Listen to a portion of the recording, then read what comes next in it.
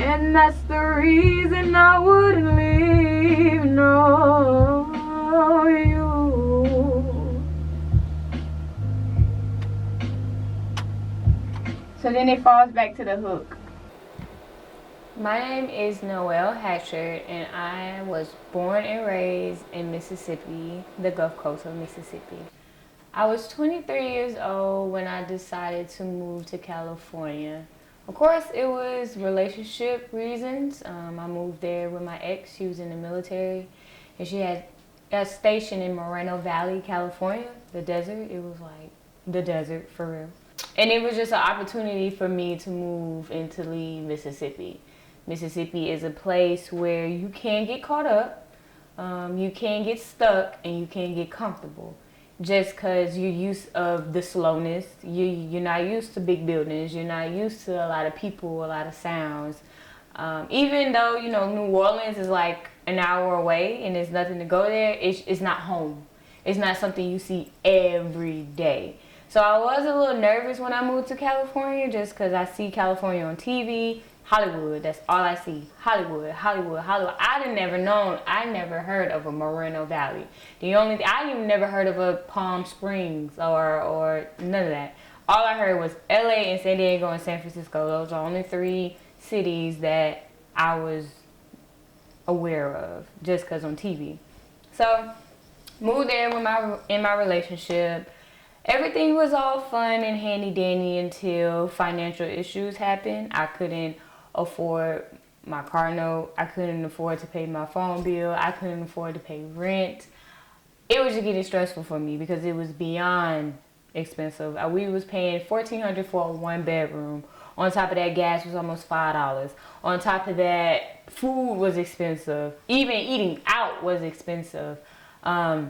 So by me not being focused or depressed about that, I would go places. I would drive an hour away to LA to go to the beach, an hour away to San Diego to go to the beach. Now I can say being in a relationship with someone in the military is more easier to have vacations because they travel a lot. They have a lot of opportunities when it comes to different places. So I also had that. 2017, I lost my aunt, and that was another thing that dropped me, wanting me to stop everything, pursuing singing, working. Like, I didn't want to do nothing. That was the first person I ever lost that was close to me, so I didn't know how to juggle it or handle it. So I'll say after I grieved and got over it, not necessarily got over it, but could live and deal with it and understand why it happened, I start writing. In the space that I needed to just have a clear mind when it came to writing my music or even writing poems is by myself, probably somewhere by water, probably in a room that's quiet. I like to listen to like jazz when I write. I also like to do that other stuff that a lot of kids like to do, and that's smoke marijuana. It just gives me a deeper thought than how I am sober. It makes me think deep into my lyrics, make my lyrics make sense, think over and beyond with my words. I still do that. I still use that to write better. I also have dictionaries to help my vocabulary when it comes to my writing. I also listen to different poets. Maya Angelou, Jill Scott, she's a poet. Erykah Badu, she's a poet. Just listening to them and seeing them express their words. I feel like it's very important when you write music for you to visualize things. Even rappers, even country music, like you're making someone see what you're talking about. Also feel what you're talking about. Also, you know, even if it's a dance movie, that's still feeling. Like you just have to catch the audience attention in everything you do. So that was important when I wrote. I was just thinking over and beyond. I consider myself a thinker. I think over and beyond. So when I write, that's why it's best for me to be by myself. I don't need other ears in my ear when it comes to my art and when it comes to writing. So then Me and my ex broke up. My grandma became sick. And I'm the oldest grandchild, so yes, I was the one that everybody was turning to, play the part. So I moved to Georgia, and it's crazy because even though me and my ex was broke, she helped me move. The most awkward drive ever. But we made it. I made it in Mississippi first, stayed in Mississippi for a week. When you the oldest child and your mama see her baby coming back, your mama's gonna convince you to stay longer. Nah, I couldn't stay longer. I had to move. Once I leave something, I can't go back to. So I left Mississippi, I can't go back to Mississippi. The only way I'll go back to Mississippi if my mama is sick, but even then, I will try to get her to move in with me. Seeing Noel leave, that was kind of hard because as a mother, your kids have to experience life, but when you have to like cut it to see them blossom, it's hard. And especially when Noel went to California, everybody wants to be a star, but it don't always turn out that way. So I was kind of nervous. I knew more than her handling herself, I knew she had that part. But far than just being out on her own and I'm far away, I wasn't sure on that part. So that was a very, very happy and very sad moment.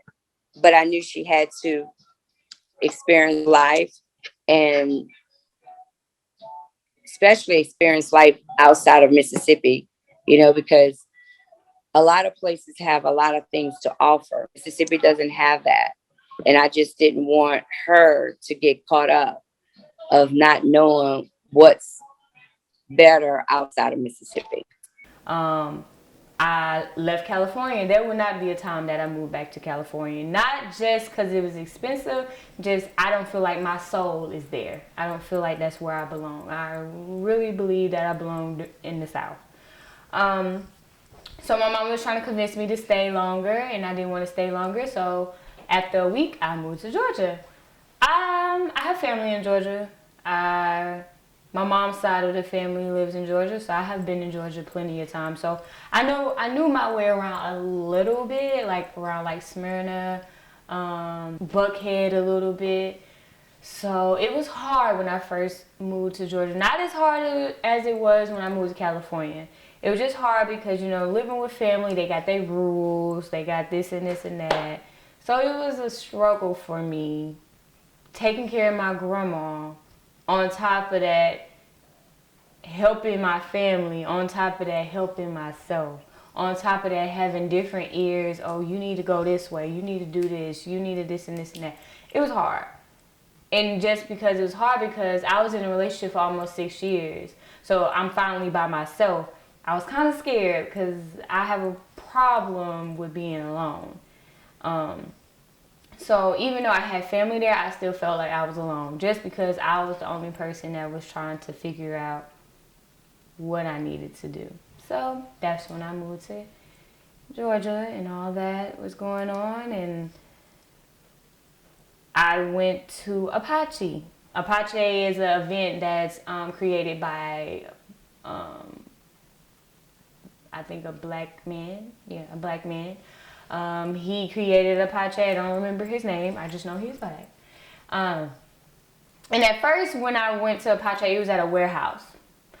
It was like a abandoned warehouse, and I was just like too, skeptical about it. I was just like, I don't know about this. But it turned out to be great. The inside had graffiti, it had art, it had a stage, it had like venues. It was very nice. So I only went there to like catch the vibe before I actually performed. So I liked the vibe. It wasn't too many people, and it wasn't too many, it wasn't too many less. So I was comfortable. But comfortable to perform, not really. So the second time I went, I actually went with your cousin. And I wasn't going to perform then, but, your cousin Slick kind of gave me the confidence, like, you should go, like, you should. So I performed What song did I think I performed Killing Me Softly by the Fugees. I think. It was one of those songs about the Fugees, but I remember my outfit. I had an overall yellow mustard looking dress with black Popular Demand shirt with my glasses and my hair, and I was looking cute or whatever. So I performed and I was nervous this moment the band just started playing. I was shaking inside and out. I didn't know how to, I was freezing. Like, I didn't know what to do. But I was just like telling myself, girl, sing. And I sung the song, and I guess people liked me. I too much don't remember, but it was a start to get my feet in the water. After that, I took a break from it again. I had a lot of stuff going, so I wasn't really performing. Like but I was writing, but I wasn't performing. I was doing none of that. But I kept going to Apache to just support others. So I met my friend, that's my friend now, Jawan, at Apache. He was singing, he was new too. He was from North Carolina, and he performed, and I wasn't going to perform. I was just going to go. But he was like, you should perform, you should sing. So that was my second time, and I sung The Way by Jill Scott. I feel like personally, that was one of my best performances. I like how I took control of the song. I like how I was in control of my vocals. I did the song my way, and I enjoyed it. Even to this day, I feel like listening to it now, it's just like I get chills because I enjoyed it. I really liked how I performed that song. After that, that's when I start telling myself, okay, we can make this happen. So I start being more active in my Instagram. I start being more active on social media, like putting myself out there, posting little small videos of me. And then that's when I start reaching out to people. I start asking people, hey, I know you're doing this open mic. Can I perform? Can I come? And it was good. It was good in the beginning. I was still nervous. I was still scared, but I was catching myself becoming more comfortable. Okay. Oh shit. Okay, so you know what? Do I need to give y'all another? I don't think you do. Yeah, no. Okay, so I just gotta know what you know what I'm saying.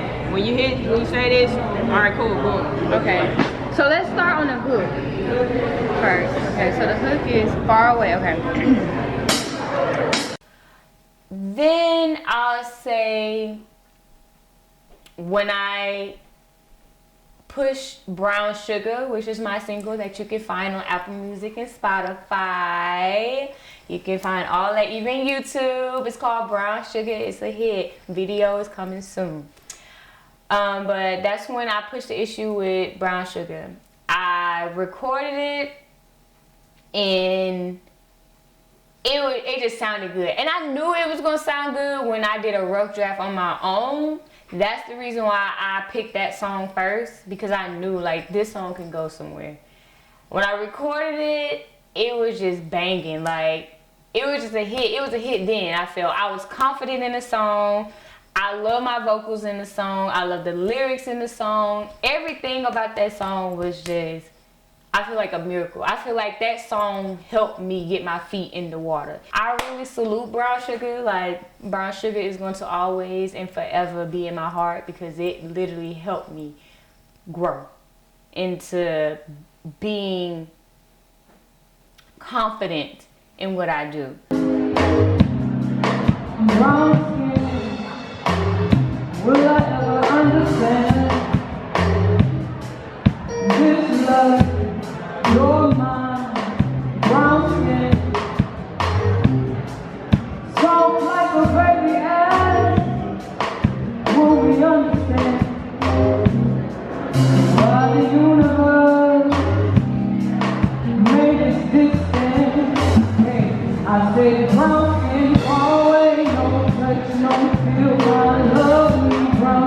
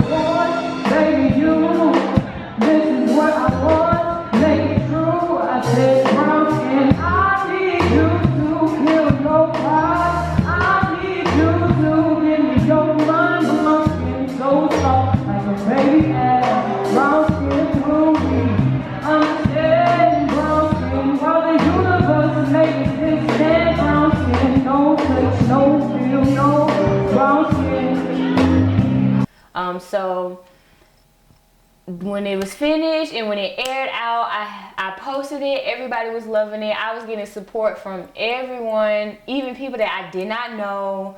That's when people start asking me to perform. That's when people wanted me to perform my song. Even when they was like, oh, what song you gonna sing? They'd be like, you need to sing Brown Sugar. Okay. So that's when the high expectations come in. I think I was too distracted on the fact that people was reaching out to me and me thinking, before you wasn't doing this, but now you are. So I was just thinking in my head, they like me. Genuinely, like they fooling with me, like they support me. But then when you catch on to what they do after you perform at their event, you see that you don't get the support that others got. Atlanta is a place where people think that it's big, but it really ain't. A lot of people know a lot of people. And not even just because the music industry. You got a lot of people that went to school with certain people. You got a lot of people that was friends for a long time. So it's a lot of favoritism. And then by me being a black woman and a lesbian, so you have a lot of black business owners that are lesbians that all are trying to get somewhere and be somebody and be heard just because, you know, we're black women. On top of that, we're lesbians. So you have a lot of them that are together and know each other. So by me being new and like basically knocking on the door, hey, like I want that love too, I didn't realize that until I start getting signs of it, that okay, the reason why you not supporting me as much as you supporting this person is because you know this person for a long time. But I'm a genuine person. I don't move like that. So that's why I set high expectations, because I'm just like the type of person, like, even though I know this girl, but I know you trying to make it. So I'm going to give both of y'all the same energy regardless. But it's not like that. And I could address it when things happen to me in a, you know, favoritism way or shady way, but I have to ask myself, is it benefiting me? And it's not really benefiting me to where, oh, I'm about to get signed with this label and get paid billions of dollars of what I do. So I just keep it to myself and I just do self-reflection on me, and I just educate myself on what I'm putting myself in and what I'm running into.